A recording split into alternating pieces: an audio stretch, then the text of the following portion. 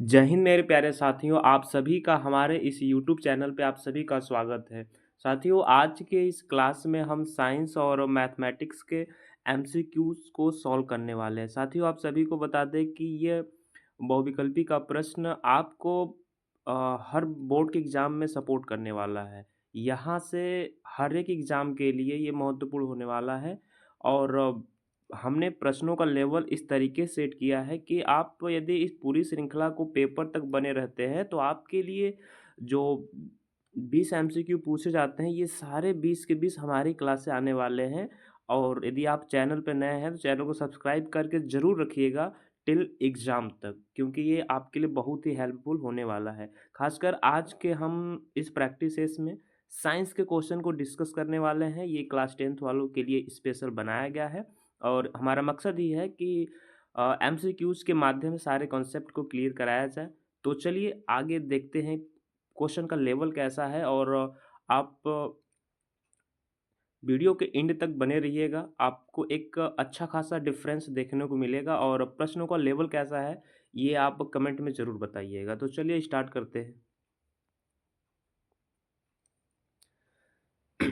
पहला क्वेश्चन है कि जब श्वेत प्रकाश यानी जो सन की लाइट होती है किसी प्रिज्म में से जब वह पास करता है तो पूछा जा रहा है कि इसमें सर्वाधिक विचलन कौन सी ऐसी रंग की लाइट है जो अपने रास्ते से डाइवर्ट होती है। लाल रंग, बैगनी रंग, पीले रंग का होता है या फिर नीले रंग का होता है। तो चलिए मान लेते हैं यह एक प्रिज्म है, प्रिज्म ए बी सी। इस प्रिज्म का ये अपवर्तक पृष्ठ हो गया। यहाँ से कोई किरण बिंदु P से आपतित होती है बिंदु O पे। अब ज़ाहिर-सी बात है, प्रकाश जब इस पृष्ठ पे पड़ेगी तो अपने मार्ग से विचलित होके कुछ इस प्रकार से अपवर्तित होगी। अब जब प्रकाश इस प्रिज्म से बाहर निकलती है तो ये अपने मूल रंगों में टूट जाती है। तो कौन-कौन से मूल रंग हैं, कैसे टूटती है, आइए हम आपको कुछ बना के दिखाते हैं। 7 रंगों में विभक्त होती है।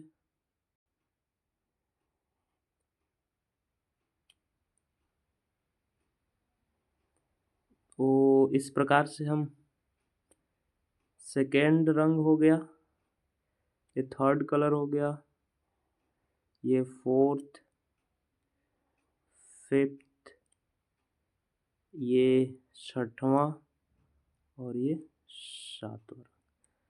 तो मेरे साथियों, आप सभी देख पा रहे हैं कि ये प्रकाश जब श्वेत प्रकाश यहाँ से चली तो प्रिज्म में से निकलने के बाद अपने सातों रंगों में विभक्त हो चुकी है। तो आइए देखते हैं। सबसे पहले जो सबसे नीचे होता है, आपने तो जो सबसे ज़्यादा विचलन होता है वो बैगनी रंग, उससे कम आसमानी का होता है, उससे कम नीले रंग का होता है, उसके बाद ग्रीन का होता है, उसके बाद येलो का होता है, उसके बाद ऑरेंज का होता है, सबसे कम विचलन लाल रंग का होता है। मेरे प्यारे साथियों, इसमें पूछा गया कि सर्वाधिक विचलन किस, आप देख पा रहे हैं कि सबसे ज़्यादा डाइवर्ट होने वाली रंग है वो है बैगनी। तो इस क्वेश्चन का जो राइट आंसर हो जाएगा, बैगनी रंग का विचलन सबसे अधिक होता है। अगला सवाल, नेत्र लेंस, ह्यूमन जो लेंस होता है, ह्यूमन आई का जो लेंस होता है उसका अपवर्तनांक कितना होता है? 1.44, 1.33, 1 पॉइंट सॉरी 2.42, 1.5। तो इस क्वेश्चन का जो राइट आंसर होगा, हमारी नेत्र लेंस का जो अपवर्तनांक होता है वो होता है 1.44। और ये आप सभी को पता ही होगा, ये डायमंड का हो जाएगा और ये 1.5 ग्लास का होता है। तो इस क्वेश्चन का जो राइट आंसर हो जाएगा 1.44। अगला सवाल आपके सामने, निम्नलिखित में से बोला है कि कौन उभयधर्मी ऑक्साइड है? उभयधर्मी ऑक्साइड एक ऐसे जो अम्ल और क्षार दोनों की गुण रखता हो उसे ही उभयधर्मी ऑक्साइड कहते हैं। तो आप सभी को पता है जिंक और एल्युमिनियम के जो ऑक्साइड होते हैं वो उनके ऑक्साइड उभयधर्मी होते हैं। तो इस क्वेश्चन का राइट आंसर हो जाएगा ऑप्शन नंबर 3। अगला क्वेश्चन, धातु के ऑक्साइड कैसे होते हैं? धातु के ऑक्साइड प्रकृति में अम्लीय होते हैं, प्रकृति में क्षारीय होते हैं या उदासीन होते हैं या इनमें से कोई नहीं होता है। तो मेरे प्यारे साथियों, आप सभी को पता होगा कि जो धातु के ऑक्साइड होते हैं वो नेचर में तो क्षारीय होते हैं और अधातु के ऑक्साइड अम्लीय होते हैं। तो इस क्वेश्चन का जो राइट आंसर हो जाएगा वो हो जाएगा ऑप्शन नंबर 2, क्षारीय होते हैं। जैसे कि हम बात करते हैं कोई धातु मैग्नीशियम, इसका जो ऑक्साइड होता है हम MgOH का होल ट्वाइस, जब आप इसको पानी में डीएसोसिएट करोगे तो ये आप मैग्नीशियम 2 प्लस और OH माइनस आयन में टूट जाता है। तो इस प्रकार से हम जहाँ जहाँ OH दिखेगा वो क्षार को रिप्रेजेंट करता है। इस तरीके से धातु के जो ऑक्साइड होते हैं वो क्षारीय में होते हैं। अगला सवाल आपके सामने कह रहा है कि दूरदृष्टि दोष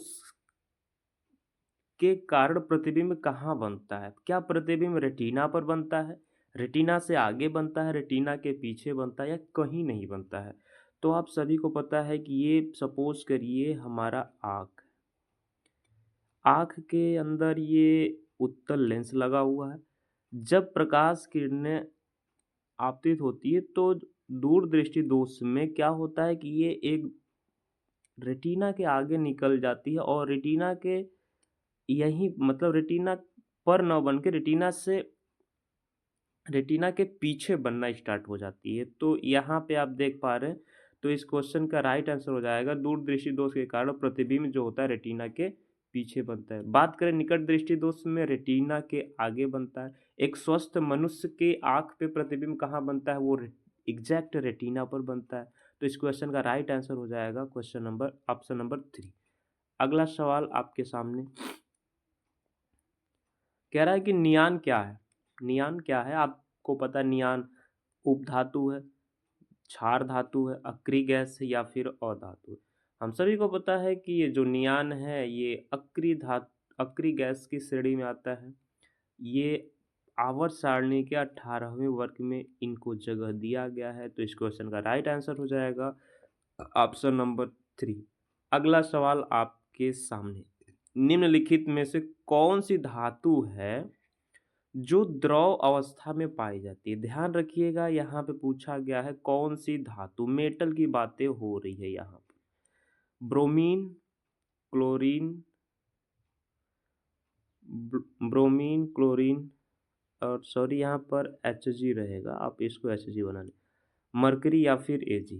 तो इस क्वेश्चन का राइट आंसर हो जाएगा मरकरी जो होता है वो धातु है फिर भी द्रव अवस्था में पाई जाती है एट द रूम टेम्परेचर। बात करें कि वो कौन सी अधातु है जो द्रव अवस्था में पाई जाती है, वो है ब्रोमीन। ठीक है, तो यहाँ तक का क्वेश्चन, इतने क्वेश्चन का लेवल कैसा रहा? क्या आपने इस क्वेश्चन में से कितने क्वेश्चन को सही से अटेम्प्ट कर पाया? आप इस क्वेश्चन की नंबरिंग जो है कमेंट बॉक्स में ज़रूर से बताइएगा। मिलते हैं नेक्स्ट वीडियो में, तब तक के लिए पढ़ते रहिए, मस्त रहिए, स्वस्थ रहिए। जय